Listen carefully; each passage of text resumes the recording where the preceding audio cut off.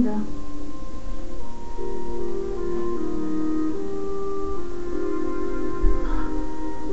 Tu sais quoi? La nuit dernière, j'ai fait un rêve merveilleux. Dans ce rêve, je me suis mis à genoux devant toi. Je t'ai fait ma demande en mariage. Et tu m'as dit oui. Eh bien, j'ai une révélation à te faire. Ça n'était pas un rêve. Je ne sais pas pourquoi, mais j'ai la conviction que notre vie sera absolument fabuleuse. Attends. Tu m'as encore jamais vu au saut du lit. Oh, que si, je t'ai déjà vu et je te trouve vraiment magnifique.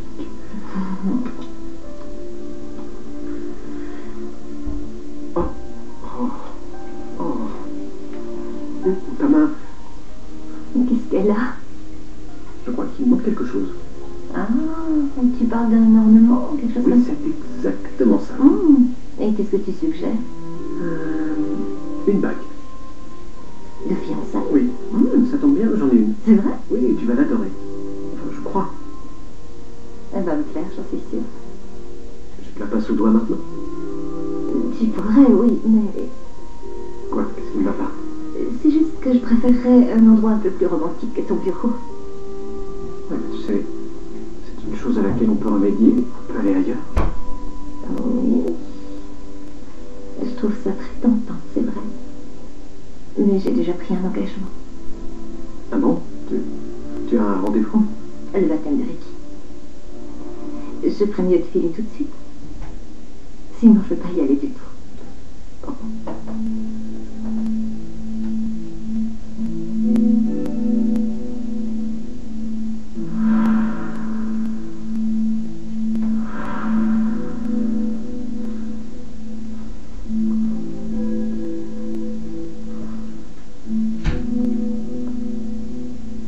Est-ce que tu penses ce que je pense? Oui, que c'est bientôt l'heure. Je vais laisser Ricky dormir. C'est une excellente idée. C'est un grand jour pour lui. Mais pour nous tous. Paul, je ne veux pas que tu t'inquiètes. C'est rien, mais je ne peux pas m'empêcher d'être préoccupé par ma mère. Je te promets que je ne ferai rien qui puisse contrarier ta maman. Oui, je sais que tu te montreras sous ton meilleur jour. Mais Marie, c'est une autre histoire. Ces derniers temps, ça a été très difficile pour elle. Bon, alors on n'a plus qu'à croiser les doigts, n'est-ce pas? Et espérer qu'elle n'oubliera pas que c'est un jour particulier. C'est le baptême de son petit-fils. Et c'est l'occasion aussi de se réjouir de voir notre petite famille réunie.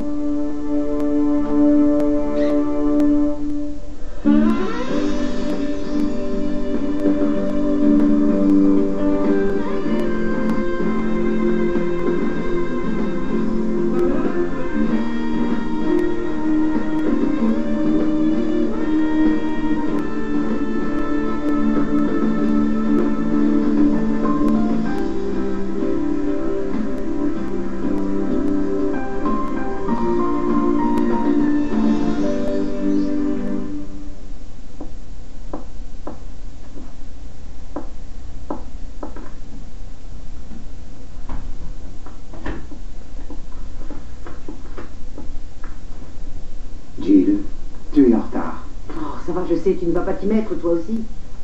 Je te rappelais simplement que le rendez-vous de ce matin est de la plus haute importance. J'en prends note. Où est Monsieur Hodges? Il a été retenu par un problème familial, mais il ne va pas tarder. Alors pourquoi est-ce que tu m'as agressé comme ça, hein?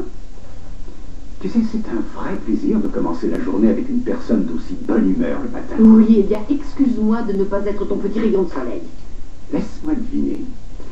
Tu t'es disputé avec Catherine. Ah, si tu savais, il suffit que tu prononces son nom pour que je me mette à bouillir. Dans ce cas, si tu trouves que la situation est intolérable, tu n'as qu'à déménager. Et la laisser gagner? Non, cette maison m'appartient de plein droit. Pourquoi devrais-je me soucier une seconde de ce que pense Catherine, hein? Tu peux me le dire? Non, mais de quoi elle se mêle, franchement? Je sors avec qui je veux, après tout. Bref, tu veux bien qu'on se concentre sur ce qui nous amène aujourd'hui. Nous savons comment sont les banquiers. Il faudra prendre M. Hodges avec des gants, je te rappelle. Bon, va directement à la page 2. Le chapitre sur les recettes et les dépenses est... Jill, Tu es avec moi? Tu as vu Larry ce matin? Larry Chanel, il est à une conférence sur le marketing à San Francisco. Non, je te parle de Larry Wharton. Le gardien? Il est plus qu'un gardien, je te signale. Tiens, je viens de réaliser qu'il vit sous le même toit que toi et Il Catherine. vit au-dessus du garage, tout comme le chauffeur. C'est tout à fait différent. Ça te pose un problème, peut-être? Non, mais j'ai l'impression qu'à toi, oui. Bon, très bien, vas-y, je t'écoute, tu peux m'en parler. C'est rien. J'ai simplement dit à Larry des choses que je regrette maintenant, mais il s'en remettra. Tu sais, Jill, je vais être franc avec toi. Quand vas-tu arrêter de monter sur tes grands chevaux pour rien? Tu devrais te Je chasser sais les gens. ce que tu vas dire. Arrêtons de parler de Larry Wharton, d'accord? Et voilà, votre petit secret a été percé. Jill et moi, ouais, ça fera probablement la une des journaux ce soir. Le moins qu'on puisse dire, en tout cas, c'est que cette liaison est très curieuse. Ouais, enfin, peu importe. Oh, monsieur Wharton, détendez-vous un peu, je vous en prie, asseyez-vous, faites comme chez vous. Alors, est-ce que ça fait longtemps que vous voyez Jill? Vous pouvez tout me dire, vous savez. Ça fait un moment. Et c'était dans la plus grande discrétion. Ouais, c'était comme ça, sinon Jill refusait de faire l'amour. Pourquoi ça? Bah, à votre avis. Je suis vraiment navré pour vous.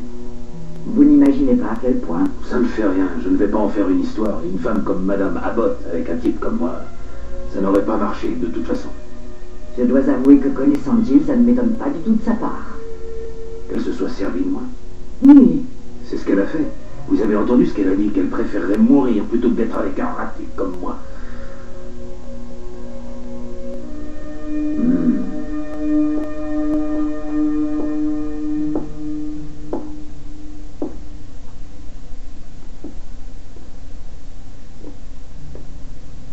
La voilà.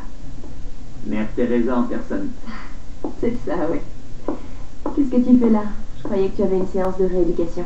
Je voulais seulement voir comment allait ma bénévole préférée. T'es nerveuse? Ouais, on va dire ça comme ça. Disons que je me sens plus à l'aise dans un grand magasin. Tu sais, ça pourrait être pire. Tu veux parler du verdict à l'audience d'hier? Ouais, tu t'en sors bien avec juste les travaux d'intérêt général. Ouais, tu as raison. Et si ça se trouve, t'as trouvé ta voie. On sait jamais. Raoul, la seule raison pour laquelle je suis là, c'est que je n'arrive pas à oublier. Brittany, on a déjà abordé le sujet. Au moins une centaine de fois, non? J'ai failli te tuer, Raoul. Oui, mais on a évité l'irréparable. Et ça t'a servi de leçon, alors n'en parlons plus.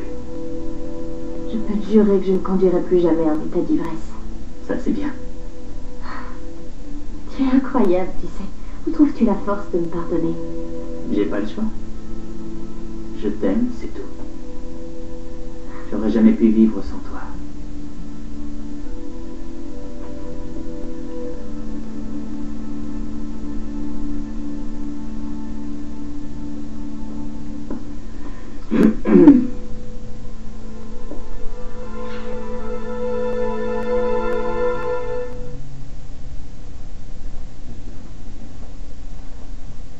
Odette, toi, est-ce que tu dis Nova? Moi, je dis Novada, maman. Ben moi, mes amis, j'en ai beaucoup, puis ils disent Nova. C'est marqué Novada. Mais regarde, c'est pas grave, là. L'important, c'est qu'on a des bons résultats. Est-ce qu'on dit résultat ou résultat?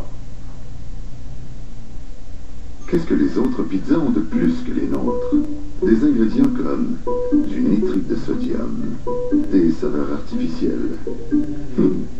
Et dans la pizza à croûte mince de luxe de McCain, des champignons, des poivrons, des oignons, du fromage canadien et du pepperoni fait avec des ingrédients naturels, rien d'artificiel. Nous avons donc laissé quelques ingrédients de côté. Comparez les étiquettes et voyez par vous-même. McCain, que du bon. Le goût somptueux de lait d'excellence commence avec notre cacao pur. Et c'est avec art et passion que les maîtres chocolatiers de Lille font apparaître toutes les saveurs intenses et cachées du chocolat, pour ensuite les raffiner et créer ainsi un chocolat d'une finesse exquise et sublime. Excellence de Lille. Maître chocolatier depuis 1840. choisir le grand gagnant d'Occupation Double 2010. On est arrivé à une évidence même que les deux couples étaient différents. C'est pour ça qu'on a décidé d'éliminer. Occupation Double, ce mardi 19h30. Une présentation de Ernest et de Vidéotron.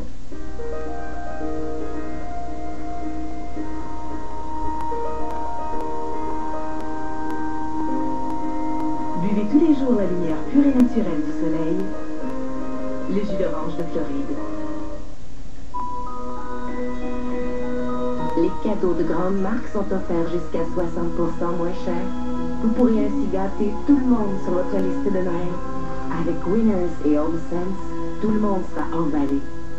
Depuis 10 ans, des millions de gens composent le 10-10-710 devant le numéro interurbain et profitent de super économies. Pour seulement 99 cents par appel. Parlez jusqu'à 110 minutes partout au Canada et aux États-Unis. 24 heures par jour, 7 jours par semaine. Pas de frais mensuels, pas de frais de réseau. Et vos appels seront imprimés sur votre facture de service local. Composez le 10-10-710, suivi du 1, du code régional et du numéro. Castel rapproche les gens depuis 10 ans. Fais ce que te dit ton boss, t'énerve pas. Ça fait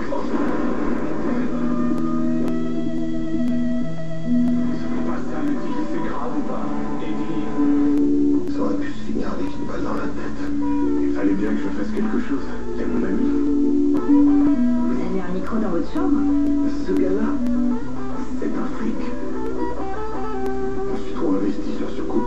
Je vous demande de me maintenir encore 24 heures en vie.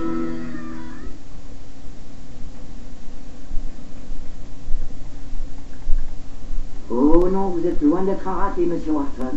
Bah, dites ça à Jill, elle est pas du même avis. Moi, je pense qu'il ne faut pas faire attention à ce qu'elle dit. Écoutez, je suis peut-être pas costume-cravate, mais elle aurait pu prendre des gants avec moi, non? Oh, mais elle l'a fait, sinon ça aurait été pire. Elle ne s'est jamais plainte pourtant quand nous étions, enfin, vous savez, au lit, tous les deux. J'imagine que non. À la minute où je sortais de sa chambre sans faire de bruit, c'était comme si j'étais devenu invisible. Ça, c'est parce qu'elle est totalement superficielle, hypocrite et dévergondée. Qu'est-ce que vous voulez dire? Que c'était une mauvaise blague et qu'elle ne m'a jamais vraiment pris au sérieux? Pour être honnête avec vous, j'ai bien peur que non. Je me suis conduit comme un idiot, j'ai rien vu venir. J'étais aveuglé. Oui, mais sachez une chose. Larry, regardez-moi. Vous n'êtes certainement pas le premier homme dont elle ait profité. Et vous ne serez pas le dernier. Vous croyez qu'elle va sauter sur le premier venu? Oh, vous vous êtes entiché d'elle. Je vais vous dire, vous serez bien mieux sans cette femme, j'en ai la conviction. Vous avez peut-être raison. Mais ce qui est sûr, c'est que je ne vais pas la laisser s'en sortir comme ça. Personne ne fait un coup bas à Larry Wharton sans s'en mordre les doigts. Bien dit. Pas salon. Pas même sa seigneurie, Madame Abbott.